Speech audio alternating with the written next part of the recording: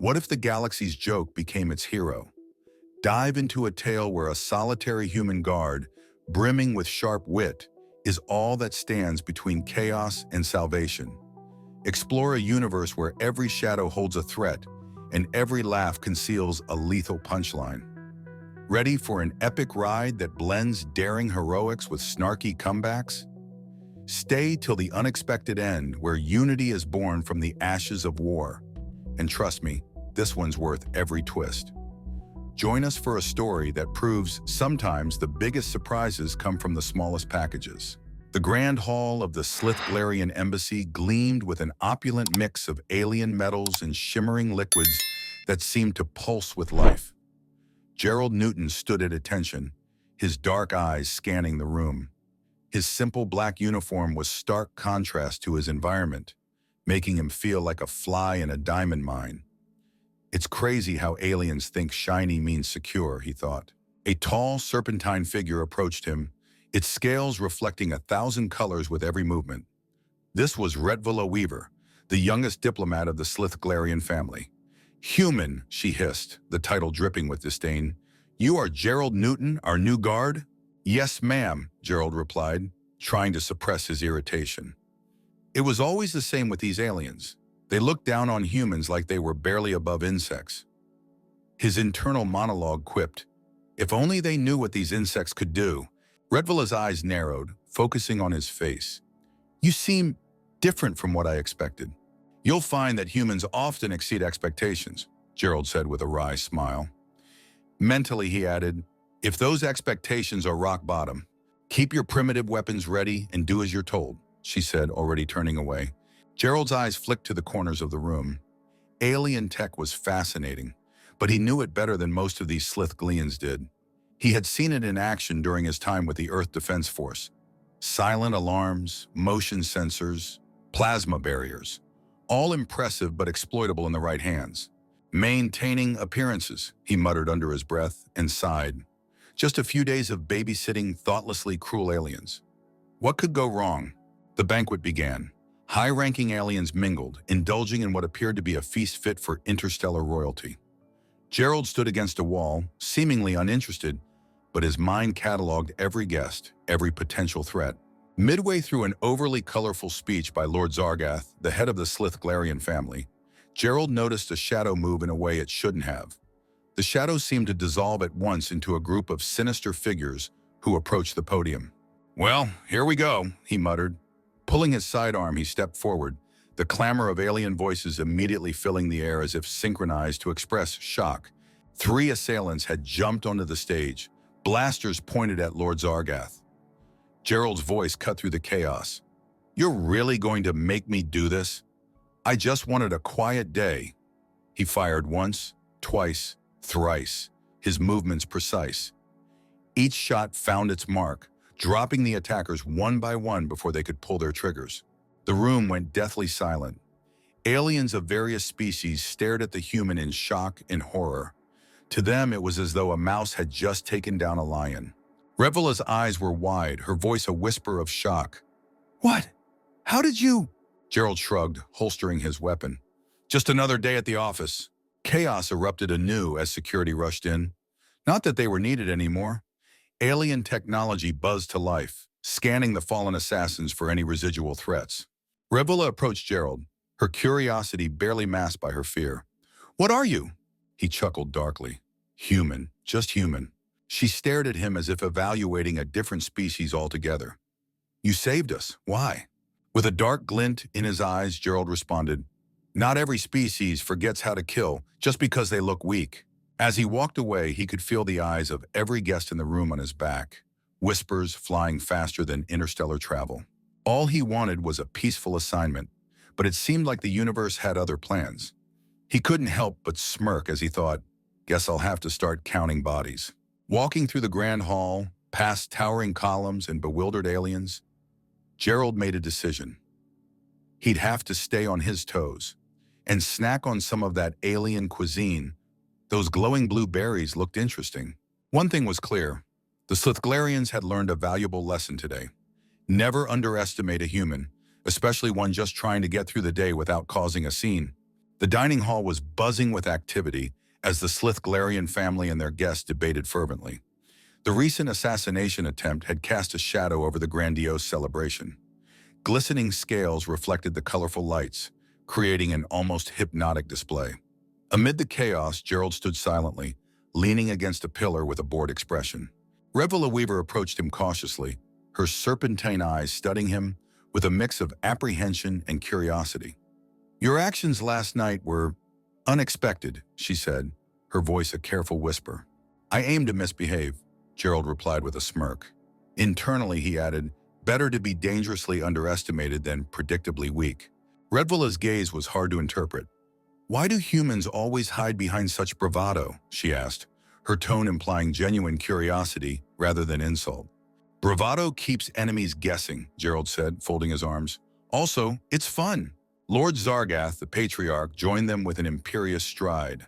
His imposing figure loomed over Gerald, eyes glowing with an eerie intensity.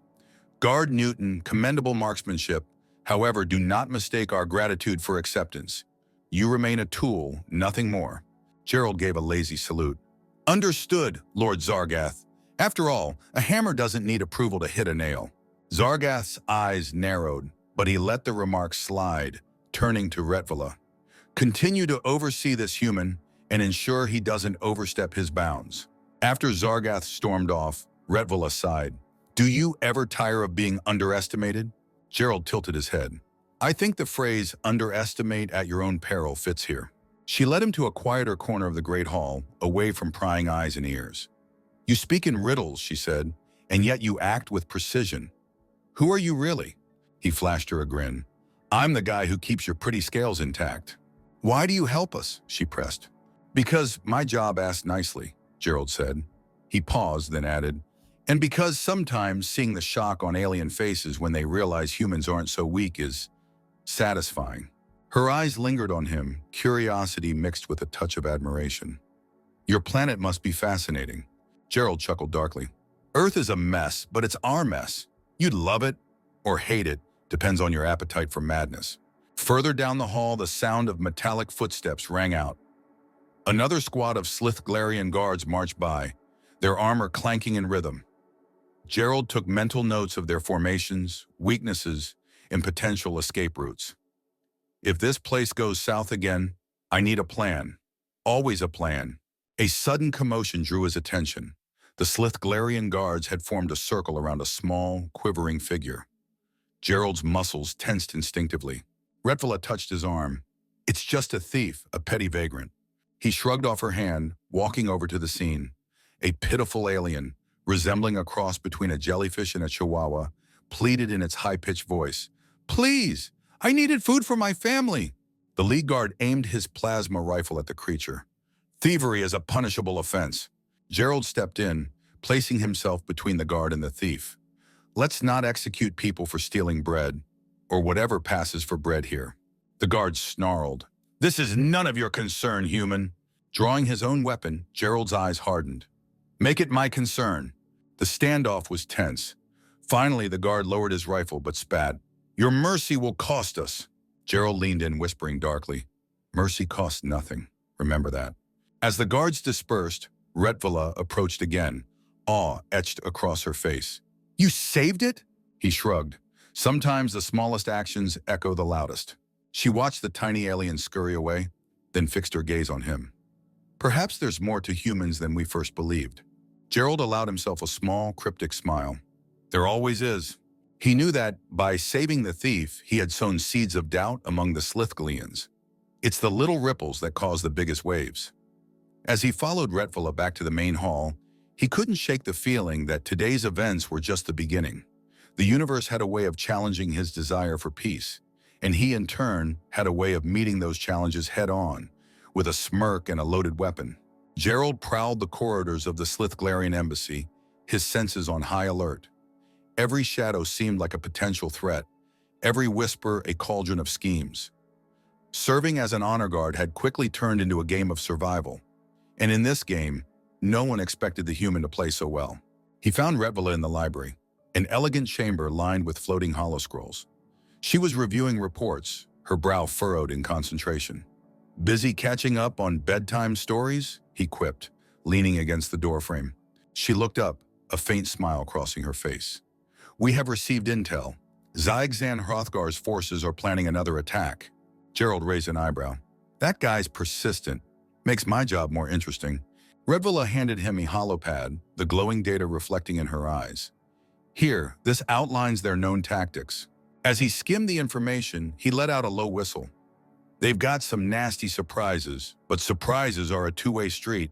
She frowned, tilting her head in confusion. Gerald grinned. Never underestimate the power of human improvisation, or its penchant for chaos. I hope your confidence is matched by your skills, Redvilla remarked. Stick around, you might just be impressed, he replied with a wink. That night, Gerald couldn't shake the feeling that something big was about to go down. He set up a series of traps around key areas of the embassy, using both human and alien tech.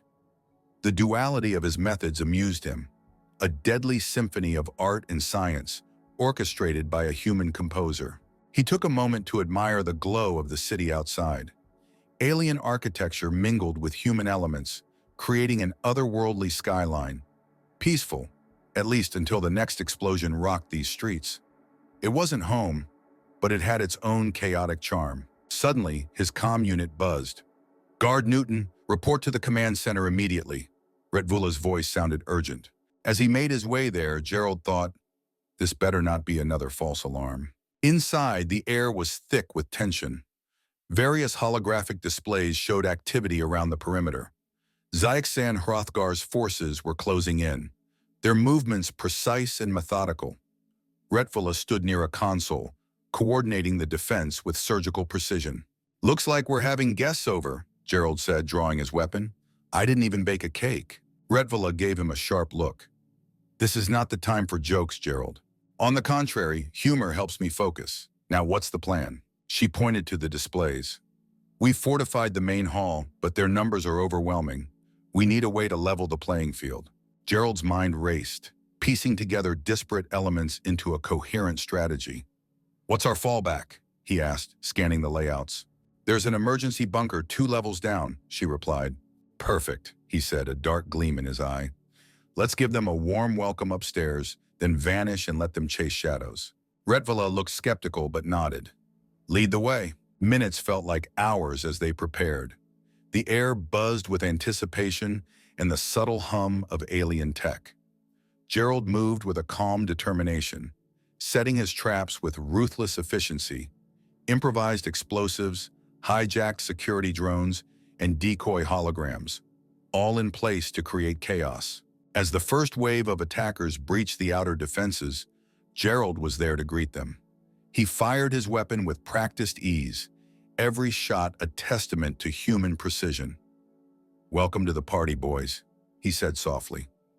One by one, the attackers fell, disoriented by the unpredictable human defenses. Redvilla monitored the situation from a safe distance, her eyes wide at the efficient carnage unfolding before her. How are you doing this? She asked through the comm. Simple, he replied, breathing heavily but focused. I'm human. We're good at adapting to messy situations. As they fell back to the bunker, Gerald planted the final trap, a surreptitiously reprogrammed security drone armed with a plasma charge. Any pursuers would soon find themselves greeted by an unpleasant surprise.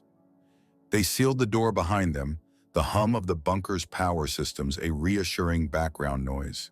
Redvilla marveled at the seemingly impenetrable defenses around them. You planned all this in mere hours? She asked. Time's relative when survival's on the line, Gerald replied. Now we wait and hope. His eyes met hers, and for a moment, there was a shared understanding. In that bunker, surrounded by alien tech and ancient prejudices, they found a common ground forged in the fires of battle and necessity. With any luck, that common ground would hold until dawn. The bunker's dim glow flickered across Gerald's face as he assessed their situation. Redvilla stood by his side, her usually composed demeanor showing cracks of anxiety. He could hear the distant thuds and muffled explosions through the reinforced walls. The attack was in full swing. You good under pressure? Gerald asked, glancing at her. Define good, Redvilla replied, her eyes never leaving the holo display showing red dots advancing on their position. He grinned. You don't scream and run, that's a start. Her lips twitched into what could almost be considered a smile. I've learned that in dire situations, it's best to adapt and hope. Gerald chuckled. Adapt and hope, huh? Sounds like a good mantra. Just add and shoot straight, and you've got the human trifecta. As the enemy forces closed in, Gerald's mind worked overtime. The bunker door would hold for a while, but not indefinitely. He took stock of their makeshift arsenal. Ever used a plasma rifle? He asked, picking one up. She shook her head. Only in simulations. Here's a crash course, he said, showing her the basics. Point, shoot, don't hit anything you like. Redvula's eyes met his, and she nodded. Understood. The first breach attempt came sooner than expected. The door rattled violently, then fell silent. Gerald tightened his grip on the rifle. Showtime, he muttered. Explosive shrapnel burst through the corridor as the door buckled. Gerald moved swiftly, taking cover behind a steel crate. Redvula mirrored his movements, her eyes wide but focused. The first alien attackers stormed in, met instantly by Gerald's precise fire. Welcome, he barked as he took them down. Please, take a number. Redvula inhaled sharply, steadying her aim and firing. Her shots were less accurate but effective. Gerald gave a nod of approval. Nice, keep it up. No pressure or anything, but, our lives kind of depend on it. More assailants poured in, laser whines and plasma bursts filling the confined space with a deadly symphony. Each movement, each shot, was a dance Gerald had rehearsed 1,000 times. His thoughts drifted to his training days, endless drills, simulated combat, and now it all came down to this moment. A larger figure stepped through the doorway, glowing eyes scanning the room. Zyxan Hrothgar himself, towering and menacing. Surrender, human, your resistance is futile. Gerald smirked. Sorry, I left my white flag at home. Zyxan growled, raising an arm that pulsed with energy. Gerald rolled to the side as a plasma blast incinerated the crate he had been hiding behind. He felt the heat singe his uniform, but pressed on, firing rapidly. Zyxan's energy shield absorbed the hits, but it shimmered, signaling its limitations. Redvula swung her weapon around, targeting the shield generator mounted on Zyxan's back. Cover me, she whispered, determination in her eyes. With pleasure, Gerald replied, laying down suppressing fire. He watched in admiration as Redvula's focus narrowed, her shots precise. The generator exploded in a cascade of sparks. Zyxan roared in fury, his shield flickering out. You'll pay for that. Bill me later, Gerald shot back, launching himself at the alien leader. The combat turned close quarters, raw adrenaline guiding Gerald's every move. With a swift motion, he struck Zyxan's arm, causing the energy weapon to detach and clatter to the floor. He followed up with a sharp kick, aiming for a vulnerable spot in the alien's armor. Zyxan staggered, but his strength was formidable. He threw Gerald aside like a rag doll. Redvula seized the moment, aiming a point-blank shot at Zyxan's chest. The impact was devastating. Zyxan fell, his body convulsing before lying still. Gerald rose, wincing at the pain, but unwilling to show weakness. I did not expect you to, Redvula started, but Gerald cut her off. That's the thing about expectations, he said, breathing heavily. They don't hold up well under fire. The remaining attackers, demoralized by their leader's fall, retreated hastily. The room fell silent, save for the crackling of damaged electronics. Redvula lowered her weapon, looking at Gerald with a new sense of respect. You saved us. Saved me too, he replied with a grin, wincing as he flexed a bruised shoulder. Team effort. As they surveyed the aftermath, both knew the fight wasn't over. Not by a long shot. But for this moment, in the heart of enemy territory, they had won a vital battle. Gerald's eyes focused on the future, the challenges still to come. And through the pain and exhaustion, he couldn't help but think, if this was just the rehearsal, the main event's gonna be one hell of a show.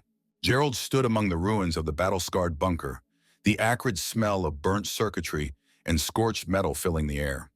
His body ached from the fight, but a grim satisfaction warmed his heart. Zyxan Hrothgar lay defeated. For now, there was peace. Redvula approached, her eyes reflecting both admiration and exhaustion. I didn't think we'd survive that. Never underestimate the stubbornness of a human, Gerald replied, wincing as he shifted his weight. We're annoyingly hard to kill. She looked around the battered room. What now? Gerald thought for a moment.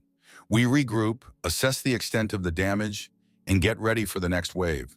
Trouble has a habit of showing up when you least expect it. They made their way out of the bunker, the path littered with debris and broken weaponry.